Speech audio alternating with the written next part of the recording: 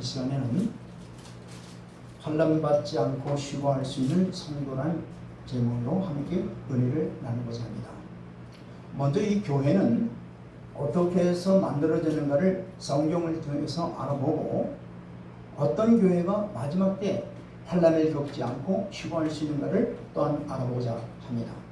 이 교회는 신약시대에 예수님이 부활승천하시고 50일째 되던 날, 즉 오순절 예루살렘 성내의 마가다락방에서부터 시작되었습니다. 그러나 이러한 교회도 그냥 내가 하나님의 아들이라고 선포하고 이를 믿는 무리들이 모여서 생겨난 것이 아닙니다. 이는 구약시대에 이미 하나님께서 계획하시고 약속하신 가운데 하나님의 경륜의 시간을 따라서 약속대로 성취된 것이 교회입니다. 그래서 예수 그리스도께서 말씀하시기를 내가 이 땅에 온 것은 내 뜻을 이루려 하는 것이 아니라 하늘에 계신 아버지의 뜻을 이루려 왔다고 이렇게 말씀하고 있습니다. 요한복음 6장 38절 말씀 보겠습니다.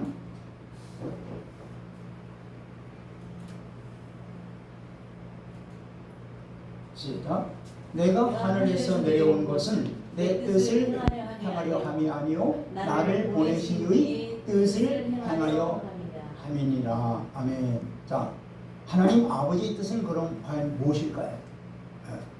인類조상 아담과 하와가 마귀의 유혹에 넘어가 불순종해서 죄를 범해서 하나님과의 관계가 끊어지는 죽음이 그들의 삶 속에 들어오게 되었던 것입니다. 이로 인해서 아담의 후손들은 누구든지 죄를 잉태하고 태어나 마귀의 지배하에 살게 된 것입니다. 이 마귀의 지배에 살아가는 그러한 하나님의 형상으로 지음받은 인간들을 구원해 주시기 위해서 창세기 3장 15절에 여인의 후손 되신 예수 그리스도를 보내주시기로 약속하신 거예요. 이 약속을 성취하시기 위해서 하나님의 경륜의 때를 맞추어서 보냄을 받은 분이 바로 메시아이신 예수 그리스도이십니다. 하나님이시면서 인간의 몸을 입고 십자가에서 인간의 죄를 도발하기 위해서 오신 분이 바로 하나님의 독생자이신 예수 그리스도라는 말씀입니다. 그분이 이 땅에 2000년 전에 오셔서 말씀하시기를 요한복음 8장 42절 말씀 보겠습니다. 시작. 예수께서 이르시되 하나님이 너희 아버지였다면 너희가 나를 사랑하였으니 이는 내가 하나님께로부터 나와서 왔습니다. 나는 스스로 온 것이 아니요 아버지께서 나를 보내신 것입니다. 아멘. 그래서 30세부터 시작하신 그의 공생의 섭리를 보면은 자기의 뜻대로 하는 것이라는 것은 하나도 없어요. 오직 하나님 아버지의 말씀하신 그대로 온전히 순종한 삶을 사신 것입니다. 공생에 시작할 때 인간이면은 다 생애 가운데서 다 받게 되는 그 물질의 문제, 또 명예 영광심의 문제, 또 권력의 문제 등 마귀로부터 시험을 받으시고 능히 이런 문제들을 통과하시면서 우리도 마귀로부터 이런 문제가 주어졌을 때 통과하는 방법을 가르쳐 주셨어요. 즉 모든 인생의 삶에서 받을 수 있는 시험 문제들을 이길 수 있는 길은 오직 하나님의 말씀을 믿고 순종하는 것이 순종하는 것이고, 또한 우리의 삶은 오직 하나님의 영광을 위해서, 그리고 하나님을 진정으로 사랑하고 겸손히 섬기는 것이 우리를 향하신 하나님의 뜻임을 몸소 가르쳐 주셨습니다. 또한 그분은 오셔서 하나님 나라의 복음을 전파하라 하셨음에 하늘나라의 복음을 전파하셨습니다. 자, 마태복음 4장 17절 보겠습니다. 시작. 이때부터 예수께서 비로소 전파하여 이르시되 회개하라 천국이 가까워있느니라 하시더라. 아멘. 그리고 하나님 백성들이 가야 할 본향이 어떤 것인가를 또한 선포하셨어요. 자, 계시록 21장 3절로 4절 말씀 보겠습니다. 시작.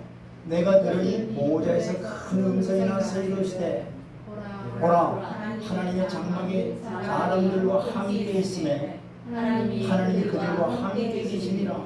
그들이 하나님의 백성이 되고 하나님은 친히 그들과 함께 계셔서, 이거는 이제 새 땅 새 하늘 이룰 때 하나님이 친히 이제 하나님의 백성들과 함께 거한다는 것을 말씀하시는 거죠. 4절 시작. 모든 눈물을 그 눈에서 닦아주시니 다시는 사망이 없고 애통하는 것이나 곡하는 것이나 아픈 것이 다시 있지 아니하리니 처음 것들이 다 지나갔음이니라. 아멘. 이 얼마나 좋은 나라입니까? 의의 나라, 평강의 나라, 하나님이 친히 함께 하시는 그 나라. 그 나라에는 무엇이 없다는 거예요?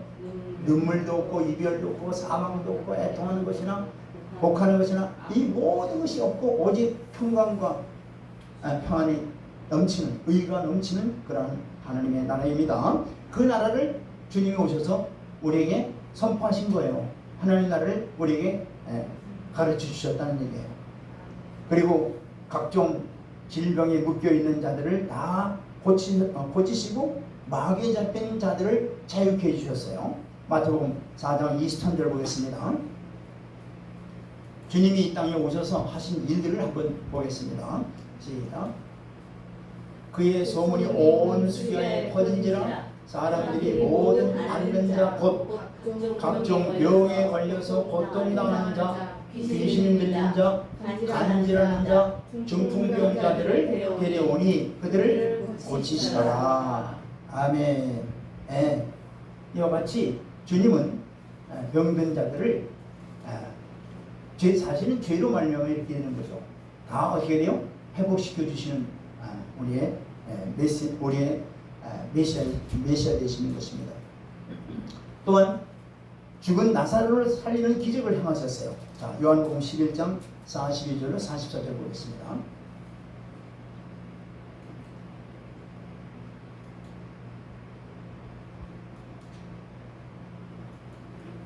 시작. 항상 내 말을 드시는 줄을 내가 알아나이다. 그러나 이 말씀을 하옵는 것은 둘러선 무리를 위함이니 곧 아버지께서 나를 보내신 것을 그들로 믿게 하려 함이니. 지금 무덤에 지금 누가 들어있어요? 나사로가 사흘 동안에 지금 죽어서 무덤에 지금 들어가 있는 거예요. 그런데 그 죽어있는 나사로를 지금 살리기 전에 주님이 뭐라고 기도하세요? 항상 내 기도를 들어주심을 감사합니다. 또 이렇게 기도하시면서 이렇게 하면 바로 뭘 믿게 하기 위해서? 하나님이 나를 이 땅에 보내주시는 것을 믿게 하기 위해서 이렇게 한다고 이렇게 하는 것이죠. 자, 43절. 이 말씀을 하시고 큰 소리로 나사로야 나오라 부르시니 주님이 명령을 하세요. 죽은 나사로에게 나사로야 나오라 이렇게 명령을 하십니다. 그랬더니 44절 시작. 죽은 자가 수족을 배로 동인 채로 나오는데 그 얼굴은 수건에 쌓였더라. 예수께서 이르시되 털어놓으라 다니게 하라 하시니라. 아멘. 자, 이렇게 죽은 지 사흘이나 된 썩어가는 그런 나사로를 하나님의 말씀 한마디로 살아나는 기적을 베푸신 것은 바로 뭘 갖다 우리에게 가르쳐 주시느냐면은 인간의 살고 죽는 것은 사탄이나 또 운명에 달리는 것이 아니라 생명의 주이신 하나님께 달려있다는 것을 보여주시는 것입니다. 아멘. 또한 하나님이 지금도 우주 만물을 그의 뜻대로 주관하시고 통치하신다는 것을 또한 가르쳐 주셨어요. 자, 보세요. 마태복음 8장 23절로 27절. 지금도 우리 하나님께서는 모든 피조물들을 그분의 뜻대로 운영하시고 이루어 가신다는 것을 이 말씀을 통해서 우리에게 가르쳐 주시는 거예요. 시작. 배에 오르시며 제자들이 따랐더라. 이제 배를 타고 아마 갈릴리 호수겠죠. 갈릴리 호수를 이제 건너가는데 예수님이 배를 타시고 거기 제자들과 함께 타고 있었던 거예요. 자, 24절. 바다에 큰 놀이 일어나 배가 물결에 덮이게 되었으되 예수께서는 주무십니다. 아마 예수님이 일부러 배 뒤편에서 아마 주무시고 있었을 거예요. 주무시는 것 같아요. 그런데 그 바다에 뭐예요? 물결이 막 치니까 그 물이 어떻게 들어요? 배 안으로 좀 들어오는 거예요. 그래서 25절 그 제자들이 나와 깨우며 이르되 주여 구원하소서 우리가 죽겠나이다.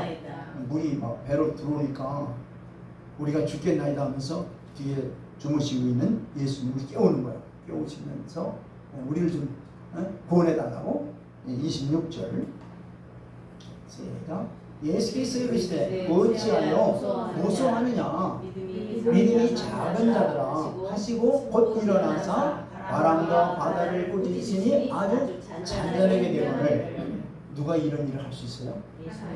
네, 하나님의 아들 예수 그리스도만이 할 수 있는 일이에요. 네. 자, 그래서 27절 시작. 그 사람들이 놀랍게 깨어내 이르되 이가 어떤 이에게 바람과 바다도 순종하는가 하더라. 그 뭘 믿게 하기 위해 그러는 거예요? 예수님이 하나님의 아들이시면서 예수님이 온 우주 만물을 말씀으로 통치하고 계시다는 것을 지금 보여주는 거예요. 아멘. 네. 심지어는 사탄도 하나님의 통제 안에 있다는 것을 욥기서 1장에 보면 우리가 알 수 있죠. 네. 왜냐하면 사탄도 하나님의 통치하에 놓여 있으며 악역을 다 한 후에 그의 운명은 불과 유황못에 던지게 되어 있는 거예요. 그리고 이 세상 주인인 마귀를 내쫓고 천년 왕국이 이루어지기 전에 먼저 이 땅 위에 하나님 나라를 세우기 위해서 이 땅에 오셨다고 말씀하고 있어요. 자, 마태복음 12장 28절 말씀 보겠습니다. 이제 우리 믿는 자들이 최종적으로 갈 곳이 천년 왕국인데 천년 왕국을 세우기 전에 이 땅 위에 하나님 나라를 먼저 세우기 위해서 이 땅에 오셨다고 말씀하시는 거예요. 자, 세우라. 그러나 내가 하나님의 성령을 힘입어 귀신을 쫓아내는 것이면 하나님의 나라가 이미 너에게 임하였느니라. 아멘. 예수님이 마귀를 쫓아내면서 하시는 말씀이 이 말씀. 마귀에 잡혀있던 자들을 마귀를 쫓아내면 그 자리가 뭐가 돼요? 그 자리가 바로 심령천국인 하나님 나라가 된다는 그걸 말씀하는 거예요. 아멘. 네. 자, 그래서 누가복음 17장 20절로 21절 말씀 보겠습니다. 시작.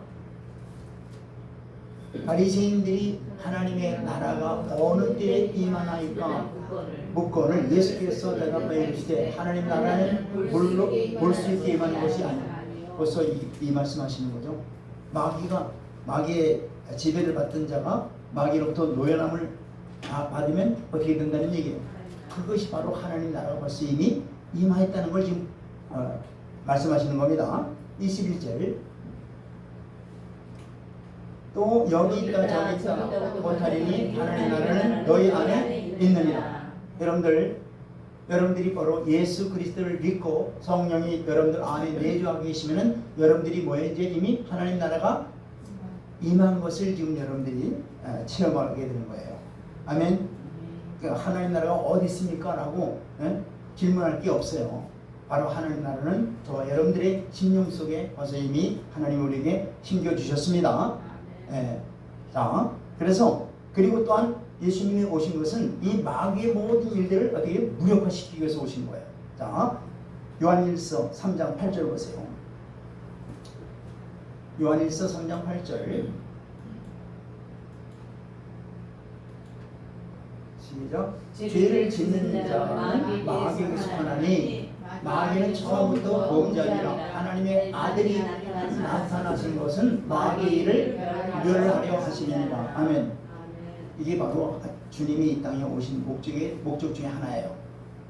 마귀의 세력을 무력화시키는 거예요. 아멘. 그러니까 여러분들 마귀한테 잡히지 마시길 바랍니다. 이미 하나님께서 마귀의 세력을 다 무력화시키고 우리에게서 내쫓아 주셨어요. 우리는 오직 성령과 진리의 말씀으로 우리가 하나님 나라를 지금 하나님 나라가 벌써 임한 하나님의 백성들이 된 것이다 이 말이에요.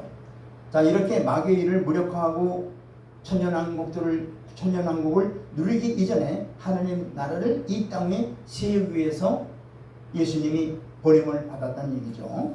그래서 죄를 지어서 죄의 포로가 되어 있는 하나님의 자녀들을 마귀의 손아귀에서 빼내시고 사망 권세에서 노연하게 하시는 것이 바로 예수 그리스도를 이 땅에 보내신 목적이에요, 사실. 아멘. 네. 이 방법을 바로 인류를 구원하시기 위한 이 방법이 바로 뭐냐? 인류를 구원하시기 위한 하나님의 계획하심이다 이 말이에요. 자, 하나님께서 주신 이 사명을 바로 성령께서 함께 이루셨다고 증거하고 있죠. 자, 사도행전 10장 38절 보시길 바랍니다. 이 일을 바로 성령님과 함께 예수님이 그 일을 지금 하셨다는 얘기예요. 시작. 하나님이 나사렛 예수에게 성령과 능력을 기름부터 하심에 그가 두루 다니시며 선한 일을 행하시고 마귀에게 눌린 모든 사람을 고치셨으니 이는 하나님이 함께 하셨습니다. 예수님도 이 땅에서 홀로 일하신 게 아니라 성령님과 함께 하나님 나라를 세워나가는 그 일을 하셨다는 얘기입니다. 그리고 공생애를 마치실 때 온 인류의 죄를 도발하기 위해서 십자가에서 죽으시는 것이 하나님의 뜻이기에 그분은 온전히 하나님의 뜻에 순종하여 십자가를 지신 것입니다. 빌립보서 2장 8절 말씀 보겠습니다.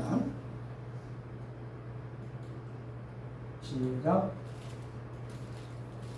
사람의 모양으로 나타나사 자기를 낮추시고 죽기까지 복종하셨으니 곧 십자가에 죽으십니다. 그러니까 예수님이 이 땅에 오신 것은 또 오셔서 공생애를 하신 것은 그분의 뜻대로 한 것이 아니라 전부 다 뭐예요? 오직 하나님의 뜻대로 하나님의 말씀하시는 말씀대로 행하신 것을 이 말씀을 통해서 우리가 알 수 있습니다. 아멘. 그래서 하나님이 독생자 예수 그리스도를 이 땅에 교회의 머리로 세우시고 또 이를 믿고 따르는 하나님의 백성들이 거룩한 공동체인 교회를 세우는 것까지도 또한 하나님이 창세전에 벌써 이미 계획하신 거예요. 왜냐하면 이 거룩한 영광스러운 교회를 통해서 천년왕국에 들어갈 하나님의 백성들로 양육하기 위해서 교회가 필요한 거예요. 아멘. 천년왕국에 그냥 들여버리는 게 아니라 이 땅에 하나님의 나라의 백성들로 먼저 삼으시고 그 백성들을 잘 양육해서 그 잘 양육받은 자들을 자라난 자들을 바로 천년왕국에 데려가기 위해서 이 땅에 뭐가 필요하다는 얘기예요? 교회가 필요하다는 얘기예요. 그래서 이런 교회를 세우시기 위해서 구약시대에 모세를 통해서 하나님의 백성들 가운데 거할 처소인 성막을 만들라고 이렇게 명령하세요. 왜냐하면 이 성막은 바로 뭐냐? 이 성육신할 예수 그리스도의 예표가 되기 때문에 그런 거예요. 자, 요한복음 1장 14절 보겠습니다. 요한복음 1장 14절 시작. 말씀이 육신이 되어 우리 가운데 거하시네 우리가 그의 영광을 보니 아버지의 독생자의 영광이요 은혜와 진리가 충만하더라. 여기 거하심이라고 하는 이 헬라어의 원 뜻은 뭐냐면은 구약의 성막과 같은 거예요. 같은 뜻이에요.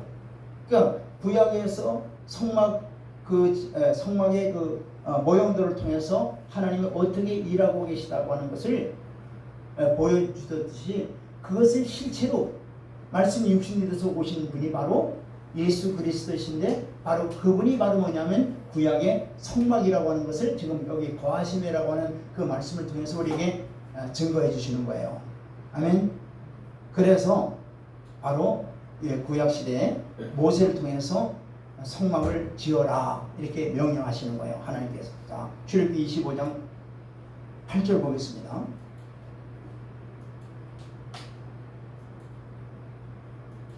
시작. 내가 그들 중에 거할 성소를 그들이 나누어 여집세. 자, 하나님께서 말씀하시기를 하나님의 백성들 가운데 거할 임재할 그러한 성소를 그들이 나를 위해서 만들라 이렇게 명령하시는 거예요.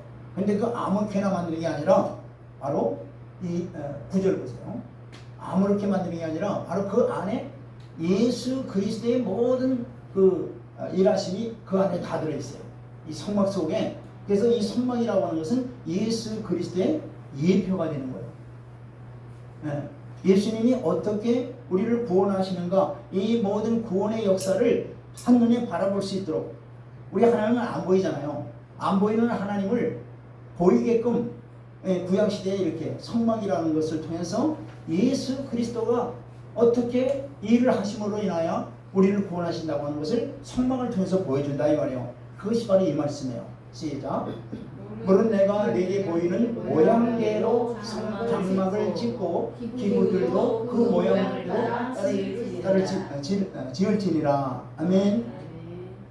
자, 또 하는 건데 볼까요? 레위기 26장 11절로 12절 보세요. 그 모양을 하나님이 다 보여주셨어요. 그 안에 모양들을.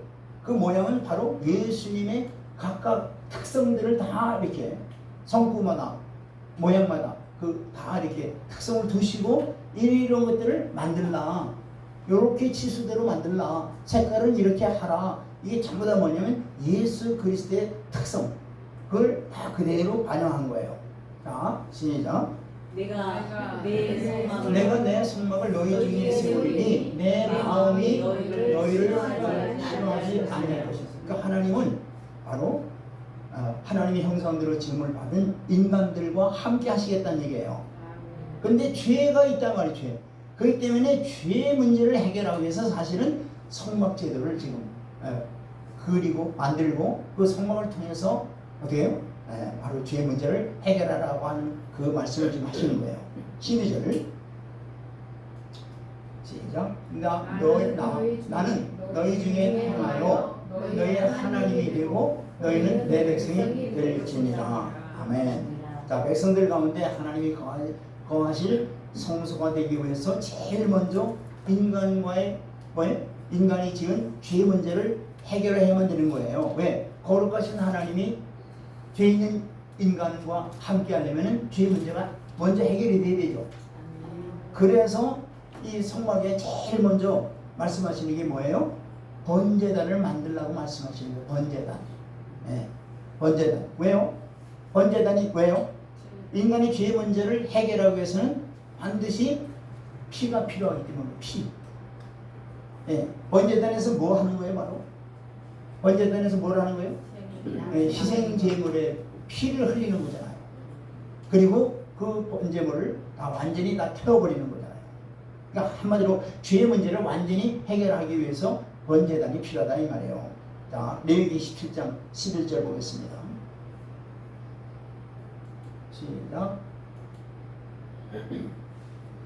육체의 생명은 피에 있으리라. 내가 이 피를 너희에게 주어 제단에 뿌려 너희의 생명을 위하여 속죄하게 하려나니 생명이 피에 있으므로 피가 죄를 속하느라. 그래서 희생제사를 요구하시는 거예요. 뭐가 죄를 사해 준다고요? 피가 희생, 바로 인간의 죄를 속해 준단 말이에요. 사해 준단 말이에요. 그래서 희생 제물을 요구하시는 거예요. 자, 그래서 레위기 1장 9절 보세요. 시작.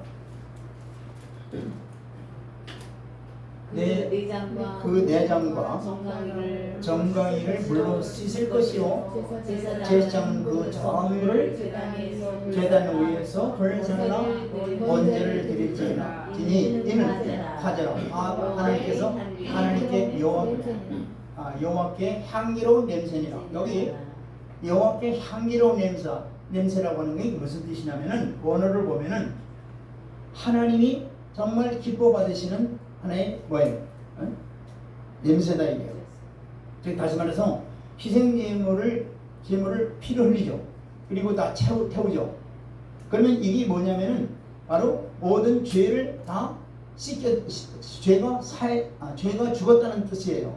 그럴 때 이걸 보시고 어떻게 돼요? 하나님이 인간의 죄로 인해서 노했던 그 노함이 풀어진다는 뜻이에요, 말이에요.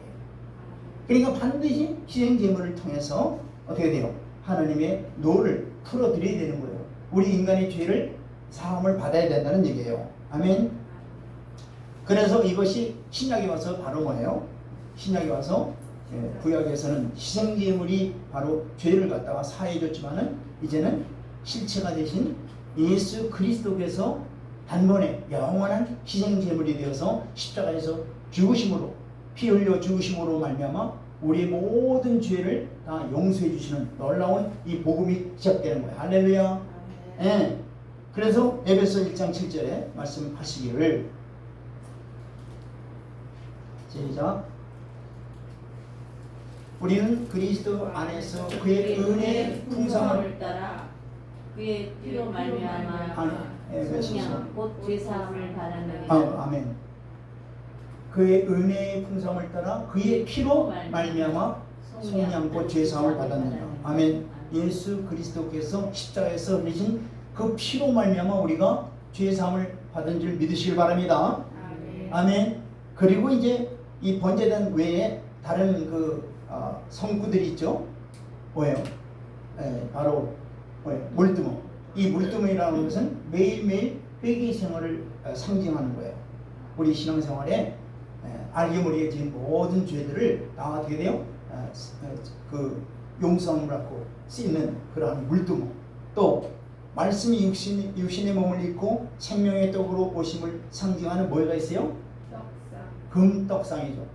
그리고 그 금떡상 위에 6개의 표로 2줄로 되어 있는, 즉 흰구약의 모든 구속받은 백성들이 이 진설병이 바로 뭐냐? 하나님의 말씀을 먹어야 산다고 하는 것을 지금 막 보여주시는 겁니다. 그리고 또한 이제 금등대가 있죠. 이 금등대라고 하는 것은 바로 성령을 갖다가 상징하고 있는 거예요.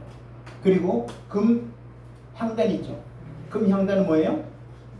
하나님의 뜻을 구하는 기도를 이루어야 된다는 얘기예요. 기도도 바로 하나님의 뜻을 이루는 기도를 해야 된다. 그래가지고 금향단을 지금 보여주신 거예요. 그리고 이제 지성소에 뭐가 있어요? 법궤가 있죠. 법궤. 그 법궤는 하나님의 십계명이 들어있어요. 그리고 법궤 위에 뭐예요? 법궤 위에 속죄소가 있죠. 속죄소라는 것은 바로 죄를 용서해 주시는 속죄소를 말하는 거예요. 시은자라고 그러죠. 은혜를 받는 곳. 다시 말해서 그곳에 희생제물의 피를 그곳에 발라야 그 피를 보시고 뭐예요? 죄를 용서해 주신다는 그런 뜻이에요. 아멘. 그리고 두 그룹 사이에 바로 하나님께서 이제 주시는 말씀, 또 해야 될 일들을 갖다가 말씀하시는 그런 곳이 있다라고 말씀하고 있죠. 자, 이렇게 해서 이 구약의 성막 그 제도와 그 모형들을 통해서 예수 그리스도가 어떤 일을 해야 될 것, 인간의 구원을 위해서 어떤 일을 해야 될 것인가를 자세하게 지금 다 이렇게 하나님께서 그림을 그려가면서 모형을 이렇게 해 가시면서 우리에게 가르쳐 준 거예요. 아멘. 그래서 이때 이들이 하는 그 행사가 뭐냐면 이 성막을 이렇게 만들어 놓고 그들이 하는 그 구원해 달라고 하는 즉 초막절이라는 그 절기 때 그들이 부르는 찬송이 있어요. 간구하는 기도가 있어요. 그것이 바로 시편 118편과 이사야 12장인데 그 중에 이사야 12장 2절로 3절 말씀을 하나 보겠습니다. 12장 2절로 3절 시작. 보라, 하나님은 나의 구원이시라. 내가 신뢰하고 두려움이 없으리니 주 여호와는 나의 신이시며 나의 노래시며 나의 구원이심이라. 여기 보니까 이 지금 시편 이 이사야 이 말씀을 이제 찬송하면서 이들이 이제 초막절날 제단 주위를 돌아요. 뱅뱅뱅뱅. 그 내용이 뭐냐면은 나의 구원이시라, 또 나의 구원이시라 계속 부르짖죠. 이 나의 구원이라고 하는 이 말은 뭐냐면 히브리 말로 예수와라는 뜻이에요. 히브리 말로 구약의 히브리 말로 구원이라는 뜻이에요. 그러니까 이건 신약으로 무슨 말이에요? 내 구주 예수 그리스도를 말하는 거예요. 그러면서 계속 그들이 지금 3절도 보세요. 자, 시작. 그러므로 너희가 기쁨으로 구원의 우물에서 물을 기르리로다. 자, 이때 이 초막절에 또한 하는 행사가 중에 하나가 뭐예요? 실로암 못에 있는 물을 떠다가 어떻게 돼요? 떠다가 제단에다 붓잖아요. 물을 붓잖아요. 그때 이들이 또 부르는 노래 중에 바로 이 내용이에요. 구원의 우물에서 물을 기르리로다. 이 구원의 우물, 구원 역시 마찬가지로 뭐예요? 예수 그리스도를 말하는 거예요. 그러니까 구원자 되신 예수 그리스도시요, 메시아시요, 우리를 구원해달라고 이렇게 그들이 간절히 지금 간구하는 그 노래를 통해서, 찬송을 통해서 구원 이렇게 외치는 거예요. 이럴 때 예수님이 바로 이 장면을, 초막절의 이 장면을 지금 보고 계시면서 하시는 말씀이 요한복음 8장 12절이에요. 7장 36절로 37절 보시기 바랍니다. 시작. 7장 36절입니다. 시작.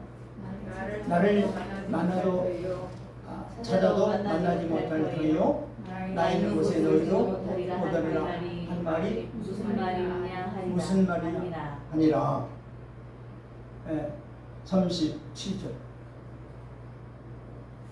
시작. 명절 끝날 곧 큰 날에 예수께서 서서 외쳐 이르시되 누구든지 목마르거든 내게로 와서 마시라. 여기 명절 큰 날은 바로 초막절을 말하는 거예요. 그 초막절 일주일을 지키는데 맨 마지막 날 바로 이들이 물 떠다가 이제 제단에 부는 그 축제 행사를 하잖아요. 그때 바로 이들이 막 그야말로 흥분하고 막 기뻐하고 막 날 그렇게 그냥 소리치며 하나님께 찬송할 때 바로 예수님이 이 말씀하시는 거예요. 너희들이 지금 이 행사하는 행위가 무엇을 의미하는지 아느냐? 바로 너희들이 지금 하는 이 행사의 근본적인 그 의미는 바로 나를 위해서 지금 내가 지금 할 일을 바로 이렇게 38절 보세요. 나를 믿는 자는 성경의 이름같이 그 배에서 성수경이 흘러나오리라. 아멘. 8이고죠. 너희들이 지금 물을 갖다가 이렇게 실라못에서 번제단에다가 이제 길어다 붓고 이런 행위를 하는데, 이것은 근본적으로 나를 바로 내가 할 일이다 말인 것이.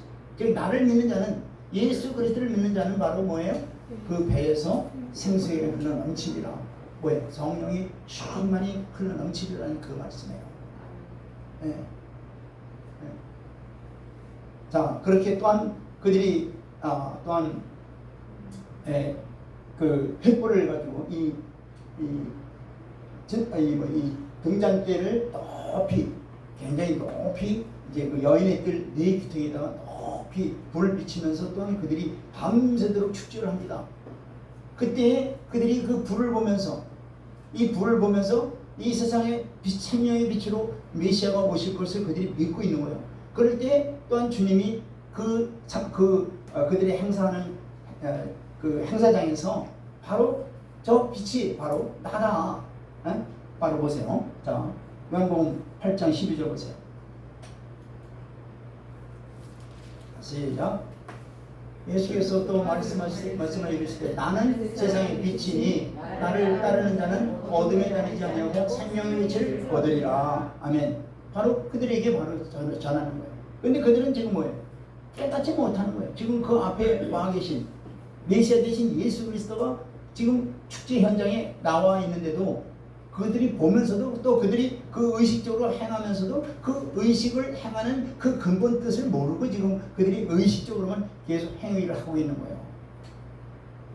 그러나 그들이 그 하는 행위 속에 참된 의미를 깨닫지 못하고 이렇게 의식적인 행위를 하는 것 같이, 우리 또한 우리가 진정으로 예수를 믿는다고 하는 게 뭔가, 이것을 분명히 알고 우리가 예수를 믿고 정말로 우리가 하나님을 믿는다는 것이 무엇인가를 확실히 깨닫고 우리가 신앙생활을 해야 되지. 그 의미를 알지 못하고 그냥 종교적인 의식적인 그런 의식 생활을 한다면은 이 이스라엘의 이들이 그 축제에 참여하는 이들이 그들 생활과 별반 우리가 차이가 없다는 얘기죠. 그래서 주님께서는 이제 신약 시대에 뭐라고 말씀하시냐면은 여러분들 가이사랴 빌립보라고 하는 그곳을 알죠? 이 가이사랴 빌립보 갈릴리 호수의 저 꼭대기에 가이사랴 빌립보 지역에 이 제자들을 데리고 갔어요. 근데 가이사랴 빌립보 지역은 로마 제국의 가장 그 모든 우상들 숭배하는 우상 숭배하는 신전들이 가득한 곳이에요. 또 황제 숭배하기 위한 그런 신전도 있고 그런 곳에서 주님이 제자들에게 묻습니다. 자, 마태복음 16장 13절로 15절. 자, 시작. 예수께서 빌립보 가이사랴 지방에 이르러 제자들에게 물어 이르시되 사람들이 인자를 누구라 하느냐. 지금 우상 신전들이 많은 곳에서 이제 주님이 이들에게 제자들에게 묻는 거예요. 그랬더니 13절 4절 이르되 너희는 더러는 세리와 너희는 엘리야 어떤 이는 예레미야 선지자 중에 하나이다. 또 15절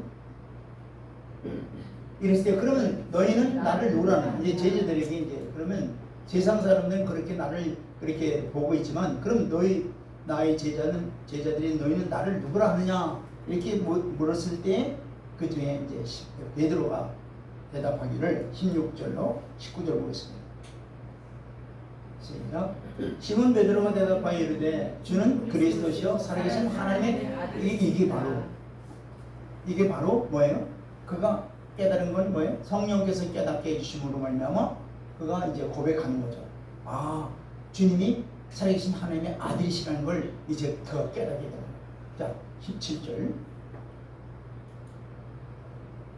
예수께서 대답하여 이르시되 바요나 시몬아 네가 복이 있도다 이를 내게 알게 하신 이는 천령이 아니요 하늘에 계신 내 아버지 하나님께서 이걸 깨닫게 해주셨다는 얘기예요. 그러시면서 하신 말씀이 18, 19절 보세요. 다시 시작. 또 내가 네게 이르노니 너는 베드로라 내가 이 반석 위에 내 교회를 세우리니 음부의 권세가 이게 바로 교회가 어떤 것이라는 것을 지금 말씀하시는 거예요. 교회는 어떤 곳이에요? 이 반석, 즉 신앙 고백, 주는 그리스도시요 살아계신 하나님의 아들로서 이렇게 고백하는 이 반석, 예수 그리스도 반석, 이 반석 위에다가 어떻게 돼요? 믿음의 반석 위에 바로 구속받은 백성들이 어떻게 돼요? 함께 모이는, 함께 있는 이것이 그리고 그 공동체의 머리가 예수 그리스도이심을 고백하는 그러한 거룩한 공동체가 바로 뭐냐? 이게 교회라는 것을 지금 말씀하시는 거예요. 아멘. 교회가 다른 것이 아니에요. 사람들이 그냥 모여서 그냥 하나의 그 집단으로 모이는 것이 아니라 바로 예수 그리스도가 구속자이심을 하나님의 아들이심을 고백하며 그리고 예수 그리스도가 모든 구속받은 백성들을 다 통치하시고 다스리시고 주의 살아계신 생명의 말씀으로 먹고 그 말씀 따라 나가는 신앙 공동체 이것이 바로 참된 교회라는 것을 지금 말씀하시는 겁니다. 아멘. 그래서 교회를 헬라어로 에클레시아라고 하는데 이 에클레시아라는 뜻이 뭐냐면은 세상 가운데서 그러한 무리들을 거룩한 무리들을 따로 뽑아 놓았다. 이래서 교회를 에클레시아라고 그러는 거예요. 자, 에베소서 5장 27절 보세요. 자, 시작.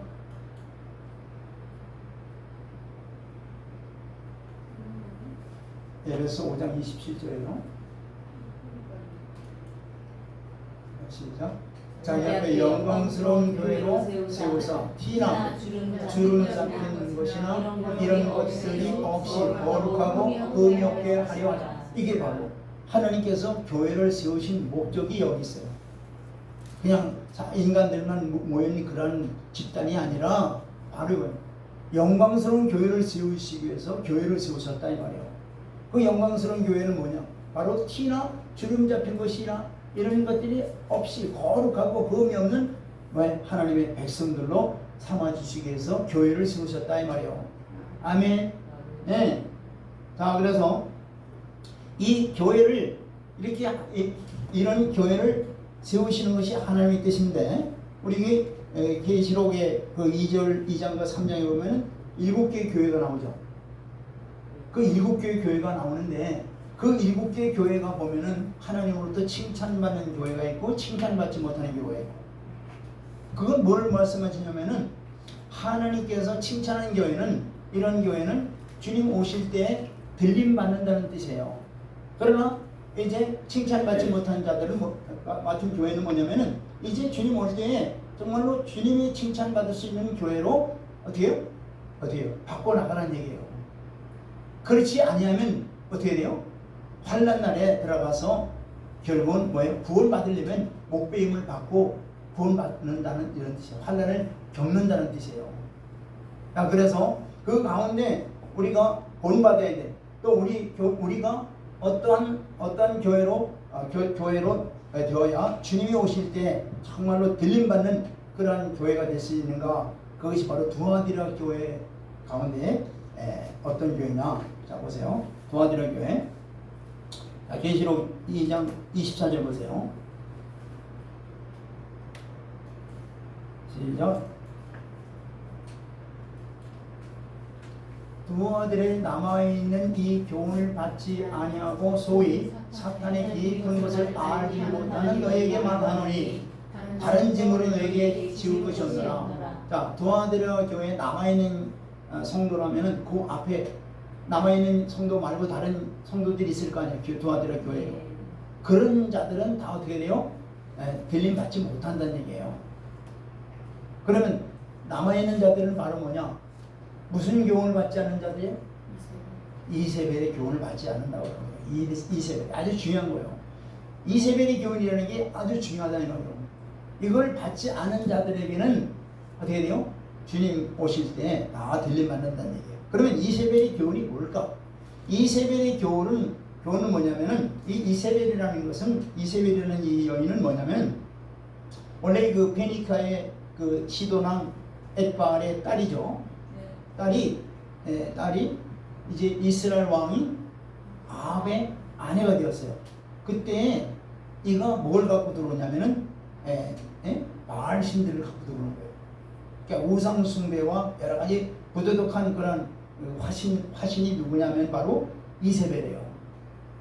자, 그녀는 북왕국 이스라엘에 아합에게 씌우면서 바알 신을 들여오면서 또한 그 바알 숭배하는 그 거짓 선지자 450명을 적극적으로 후원해주는 그러한 바알의 그 앞잡이로 살아가는 그런 여인이 바로 이세벨입니다. 그뿐만 아니라 나봇의 그 포도원을 갖다가 어떻게 돼요? 불의한 방법으로 취해서 그걸 결국은 나봇까지 죽이잖아요. 그런 아주 부도덕한 그러한 악행을 자행했던 자가 바로 이세벨입니다. 그녀는 전 이스라엘 백성에게 영적인 간음을 유도했을 뿐만 아니라 이스라엘 백성들의 타락을 독려한 아주 사단의 앞잡이가 바로 뭐냐면 이세벨입니다. 이와 마찬가지로 두아디라 교회에 이 선지자라고 하는 여자 이세벨도 순수한 기독교인들을 삶과 경건의 예배 의식을 아주 어지럽힌 자예요. 그래서 그녀는 바로 세상과의 타협이라고 하는 아주 새로운 신앙 스타일을 도입해서 기독교의 근간을 완전히 흔들어버리고 망가뜨린 자가 바로 두아디라 교회 안에 있는 이세벨의 교훈을 따르는 여자 거짓 선지자입니다. 자, 그건 또한 뭐냐면 하나님의 말씀보다는 인간의 이성과 판단이 앞서는 그런 타락한 그런 신앙생활을 말하는 거예요.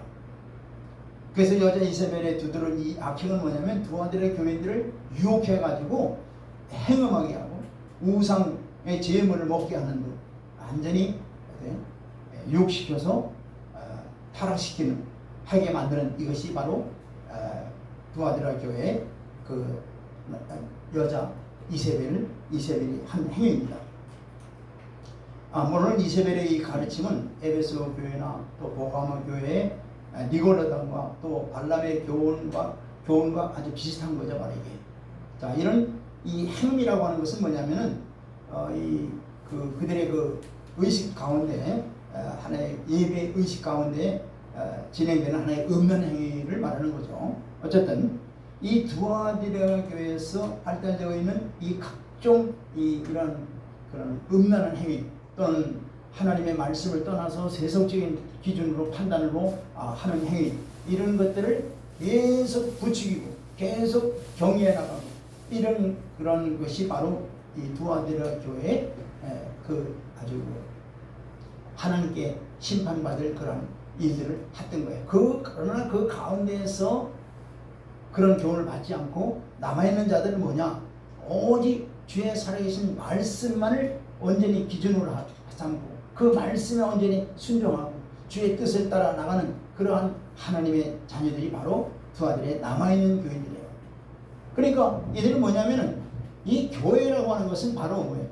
교회라는 것은 바로 머리가 예수 그리스도이니까 머리가 되신 예수 그리스도의 주시는 말씀대로 그대로 따라 순종하는 거예요. 그대로 따라 순종하는 거예요. 그리고 진정으로 예수 그리스도를 사랑하는 거예요. 이게 바로 두아들에게 남아있는 교인들이에요. 다른 교인들 보세요. 다른 교인들과 또 다른 교회들을 보세요. 전부 다 뭐냐면 자기 뜻대로 자기 방법대로 막 생활하는 거죠.